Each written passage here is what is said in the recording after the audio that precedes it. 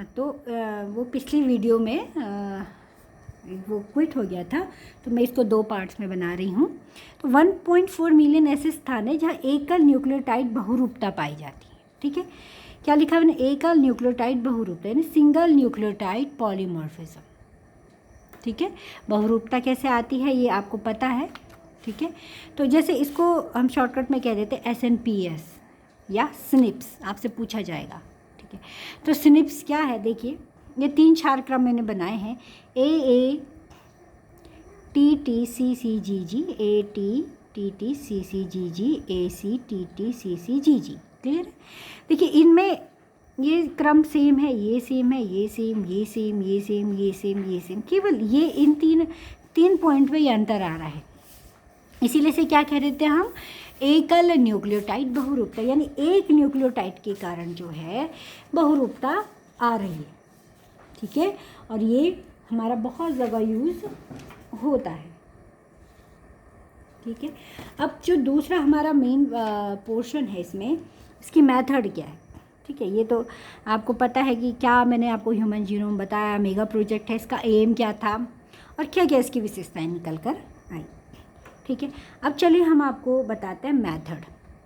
थोड़ा मैथडोलॉजी पे ध्यान दीजिएगा, विधि क्या इन्होंने अपनाई थी।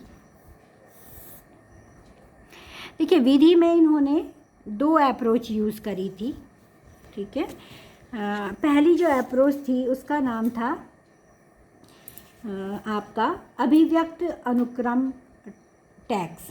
ठीक है, क्या था? अभिव्यक्त अनुक्रम टैग्स। ठीक है, हिंदी में ऐसे इस तरीके से लिखते हैं, इंग्लिश में इसे लिख देते हैं एक्सप्रेस्ड। अनुक्रम यानी अभिव्यक्त यानी एक्सप्रेस करना, अनुक्रम यानी सीक्वेंस। ठीक है, टैग मतलब टैग लगाना। ठीक है, तो एक्सप्रेस्ड सीक्वेंस टैग। क्लियर? इसमें क्या करते हैं? सबसे पहले ह्यूमन के ब्रेन की सेल ली गई। ठीक है, मस्तिष्क की सेल ली गई, और जब उसकी सेल ली गई तो उसमें से RNA निकाला गया। क्या निकाला गया? RNA लिया गया, और RNA से DNA बनाया गया। RNA से DNA बनता है रिवर्स ट्रांसक्रिप्टेज एंजाइम की सहायता से। ठीक है, ये मैंने अभी आपको बताया नहीं है, इसको मैं आगे जब डिजीज़ पढ़ाऊँगी तो या बायोटेक्नोलॉजी पढ़ाऊँगी वहाँ पे मैं आपको इसको बताऊँगी। तो देखिए, RNA जो निकाला गया, मैसेंजर RNA, ठीक है, इससे बनाया गया रिवर्स ट्रांसक्रिप्टेज एंजाइम की सहायता से। रिवर्स यानी उल्टा, ट्रांसक्रिप्टेज एंजाइम, ट्रांसक्रिप्ट क्या होता है आप जानते हो, जिसमें DNA से RNA बनता है। तो यहाँ मैसेंजर RNA से DNA बन रहा है। ठीक है, DNA बन रहा है। क्लियर हो गया? अब आप सोचिए कि RNA क्यों लिया हमने? क्योंकि RNA जो होता है वो कोडिंग रीजन होता है। ह्यूमन के केस में जो RNA बनता है, hnRNA जब बनता है, आपको याद है, इसमें स्प्लाइसिंग होती है, और जो छट छूट के मिलता है वो आपका जितना भी RNA होगा इसमें कोडिंग रीजन होगा, नॉन कोडिंग नहीं होगा इसमें। तो जो DNA हमें मिलेगा वो कोडिंग वाला DNA ही होगा। और इसके सेल कहाँ से निकाली गई? मस्तिष्क की सेल से निकाली गई। ठीक है, और इसी को हमने क्या कहा गया? कह दिया एक्सप्रेस्ड सीक्वेंस टैग, नाम इसको दिया गया। शॉर्टकट में हम इसे बोल देते हैं ESTS। ठीक है, अब जो दूसरा तरीका था वो थोड़ा लंबा था, उसको अनुक्रम टिप्पण या सीक्वेंस एनोटेशन हम कह देते हैं। सीक्वेंस एनोटेशन में क्या करते हैं हम? देखिए, जो पिछला हमारा था एक्सप्रेशन सीक्वेंस टैग, उसमें हम केवल कोडिंग को देख रहे थे। ठीक है, इसमें हम कोडिंग प्लस नॉन कोडिंग, जो DNA का पोर्शन है, कोडिंग प्लस नॉन कोडिंग दोनों की सीक्वेंसिंग हम करते हैं। ठीक है, इसके लिए हम थोड़ा लंबा प्रोसेस है। पहले हम कोशिका से DNA निकालते हैं। ठीक है, पहले DNA आइसोलेशन करते हैं। DNA आइसोलेशन आप जानते हो, ये DNA को निकालना सेल में से। इसके लिए जो हम सेल में की जो बाहर की सेल मेम्ब्रेन वगैरह है वो हटाते हैं एंजाइम की मदद से, केंद्रक कला हटाते हैं, और उसको जो DNA होता है सेंट्रीफ्यूगेशन के द्वारा उसको अलग करते हैं। उसके बाद वही जैसे डीएनए हमको मिला, जीनोम हमको मिला, इसको फ्रेगमेंट्स में तोड़ते हैं। ठीक है, इसके लिए मैंने आपको कल बताया था हम कौन सा एंजाइम यूज़ करते हैं, रेस्ट्रिक्शन एंडो न्यूक्लियस एंजाइम, या इसको यूज़ कर देते हैं हम यहाँ पे। ठीक है, रेस्ट्रिक्शन एंडो न्यूक्लियस एंजाइम इसको यूज़ करते हैं। फिर देखिए इन खंडों को हम डालते हैं बैक्टीरिया में या यीस्ट में। यीस्ट एक फंजाई है। क्यों डालते हैं? क्योंकि देखिए डीएनए से डीएनए बनता है, आपको पता है डीएनए की मल्टीपल कॉपियाँ बनती है, लेकिन डीएनए से डीएनए बनाने के लिए हमें उसे किसी सेल के अंदर डालना पड़ेगा। बाहर तो डीएनए से डीएनए नहीं बनेगा, तो हम यहाँ पे जो है, जो हमारे एकोशिकीय जीव है उनको हम यहाँ पे काम में लाते हैं। उससे पहले इस डीएनए को किसी जीवाणु के अंदर डालने के लिए, आपको पता है, आपने पढ़ा है, नग्न डीएनए जो है जीवाणु कोशिका में प्रवेश कर जाता है। जब मैंने आपको डीएनए पढ़ाया था, डीएनए की खोज मैंने आपको बताई थी, तो मैंने आपको क्या बताया था, ट्रांसफॉर्मेशन बताया था। एक टर्म ट्रांसफॉर्मेशन में मैंने कहा था कि कोई भी नेकेड डीएनए क्या है, जीवाणु के अंदर प्रवेश कर जाता है। ठीक है, तो उस डीएनए, जो ये डीएनए हमारे हैं, इनको हम एक आर्टिफिशियल क्रोमोज़ोम बनाते हैं, बैक्टीरियल आर्टिफिशियल क्रोमोज़ोम या यीस्ट आर्टिफिशियल क्रोमोज़ोम, ये हम प्रयोगशाला में बनाते हैं और उसमें इनको जोड़ते हैं। ठीक है, तो मैंने जैसे लिखा है BAC, इसका नाम है बैक्टीरियल, ये सब आप बायोटेक्नोलॉजी में पढ़ोगे ढंग से। अभी मैं केवल आपको ऐसे ही समझा रही हूँ, आर्टिफिशियल क्रोमोज़ोम। ठीक है, और दूसरा है आपका YAC का नाम है यीस्ट आर्टिफिशियल क्रोमोज़ोम। ठीक है, तो ये क्रोमोज़ोम होते हैं, और सपोज़ ये बैक्टीरिया का क्रोमोज़ोम है, ये यीस्ट का है। इसमें हम जो डीएनए हमने आइसोलेट करा है ह्यूमन का, इसको जोड़ देते हैं। ठीक है, उसके बाद इनको कहाँ ट्रांसफ़र करते हैं? इनको मैंने बोला हम जीवाणु में। ठीक है, अगर बैक्टीरियल आर्टिफिशियल क्रोमोज़ोम है तो इसे बैक्टीरिया में डालेंगे, हम नहीं डालेंगे, माध्यम में रख देंगे और ये खुद ही इसके अंदर प्रवेश करेगा।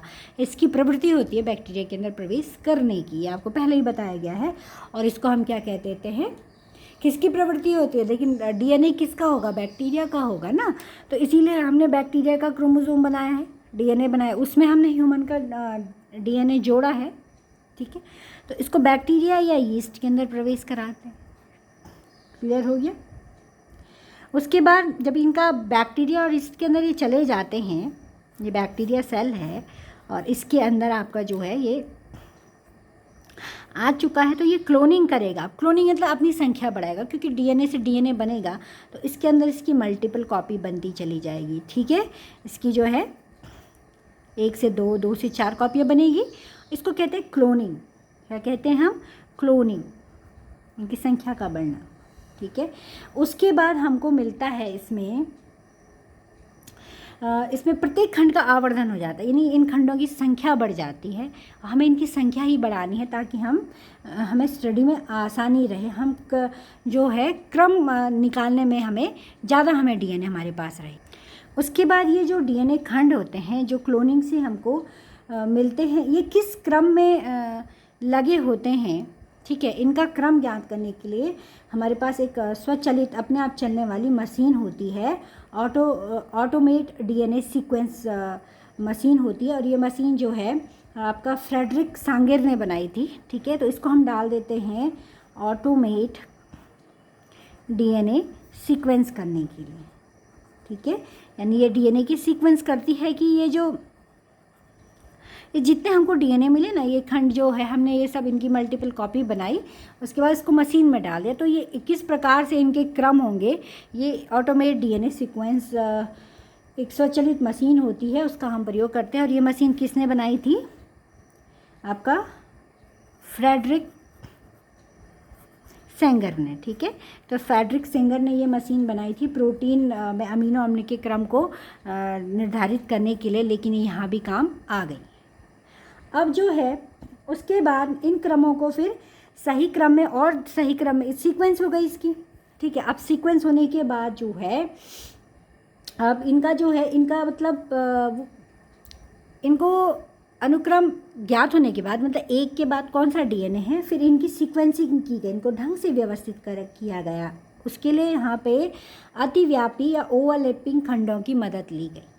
ठीक है, तो ये ओवरलैपिंग खंड क्या होते हैं ये मैं आपको आगे बताऊंगी, लेकिन ओवरलैपिंग खंडों ने यहाँ पर क्या करी, मदद करी। ओवरलैपिंग खंड मतलब जैसे सपोज एक आपका डीएनए ये है और इसका इस प्रकार से CAA लास्ट कॉर्नर पे है, ये दूसरा आपका डीएनए है और सपोज इसका भी CAA है, तो ये एक दूसरे को ढक रहे, ओवरलैप कर रहे हैं। अगर ये एक दूसरे के पास आते हैं तो ये देखिए ये ओवरलैप कर रहे हैं, ढक रहे हैं एक दूसरे को, ये ओवरलैपिंग खंड होते हैं।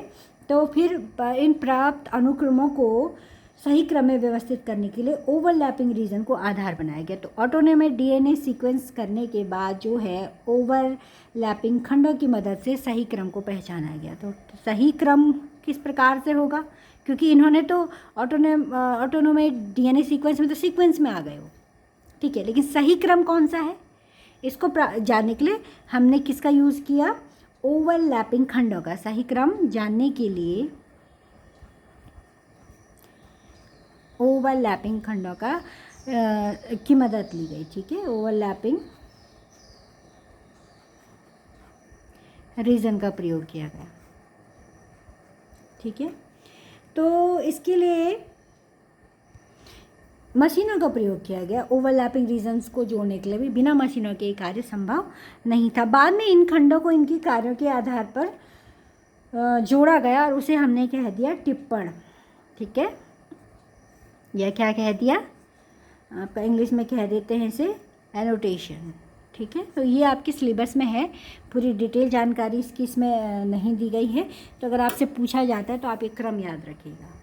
ठीक है, तो ये था आपका ह्यूमन जीनोम प्रोजेक्ट। ठीक है, अब लास्ट इसमें जो आपका रह जाता है वो यह है कि इसकी एप्लीकेशन क्या है, इसके अनुप्रयोग क्या है। ठीक है, तो अब हम इसके अनुप्रयोग आपको बताते हैं,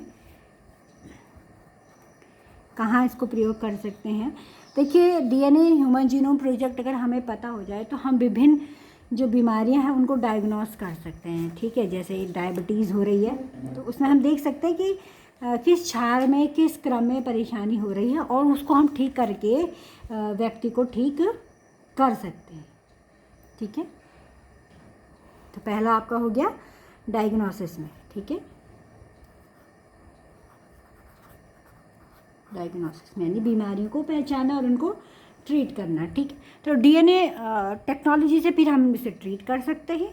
इसी जीनोम को ज्ञात करने के बाद डीएनए टेक्नोलॉजी से, ठीक है, डीएनए टेक्नोलॉजी मैंने आपको बताई, कोई जो जेनेटिक डिजीज़ हैं उनको हम डीएनए टेक्नोलॉजी से ठीक कर सकते हैं। ठीक है, और अगला इसमें जो है कि जीनोम के ह्यूमन के जीनोम के अलावा अन्य जीवों का जीनोम भी ज्ञात किया जा चुका है। ठीक है, किस किस का ज्ञात किया जा चुका है, आपका इसमें बैक्टीरिया का जीनोम ज्ञात हो चुका है। ठीक है, तो बैक्टीरिया का जो जीनोम ज्ञात हुआ है उसका प्रयोग हम विभिन्न एग्रीकल्चर मतलब कृषि कार्य में करते हैं। जैसे कई बैक्टीरिया कृषि में हेल्प करते हैं, तो हम देखते हैं कि इनके डीएनए का कौन सा जीन है जो यहाँ पे यूज़ होता है कृषि में।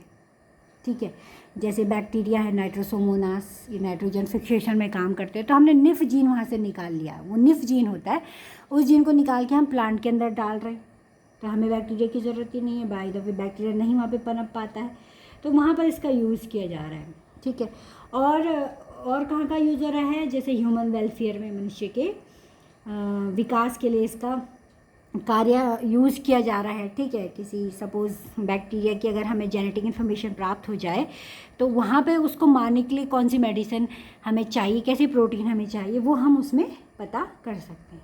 इसके अलावा जो ज्ञात हुआ है वो ड्रोसोफिला का हुआ है। ठीक है, ड्रोसोफिला का हुआ, यीस्ट का हुआ, यीस्ट एक कवक है।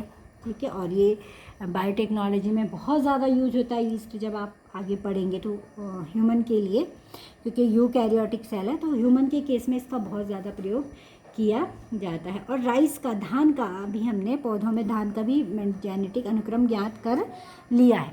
ठीक है, तो एक चीज़ और होती है कि हम इन जीवों से अपने विकास के क्रम को जान सकते हैं कि इनका जीनोम कैसा है, हमारा जीनोम कैसा है, तो ये विकास को जानने में भी ये क्या करते हैं, मदद करते हैं। तो ये आपका जो है ह्यूमन जीनोम प्रोजेक्ट था। तो इसको मैंने बहुत छोटे में और कम रूप में आपको समझाने का प्रयास किया। आप इतना ही याद किए, आपके कोर्स के अकॉर्डिंग इतना ही इसमें है। और अब हमारा जो ये चैप्टर है मॉलिक्यूलर बेसिस ये ख़त्म हो गया है। नेक्स्ट हमारा इवोल्यूशन है, तो इवोल्यूशन को हम पढ़ेंगे कल से, ठीक है। तो अभी तक मैंने जितना आपको कराया है आप उसको करिए, उसमें कोई भी दिक्कत होती तो आप मुझे पूछ सकते हैं। Thank you.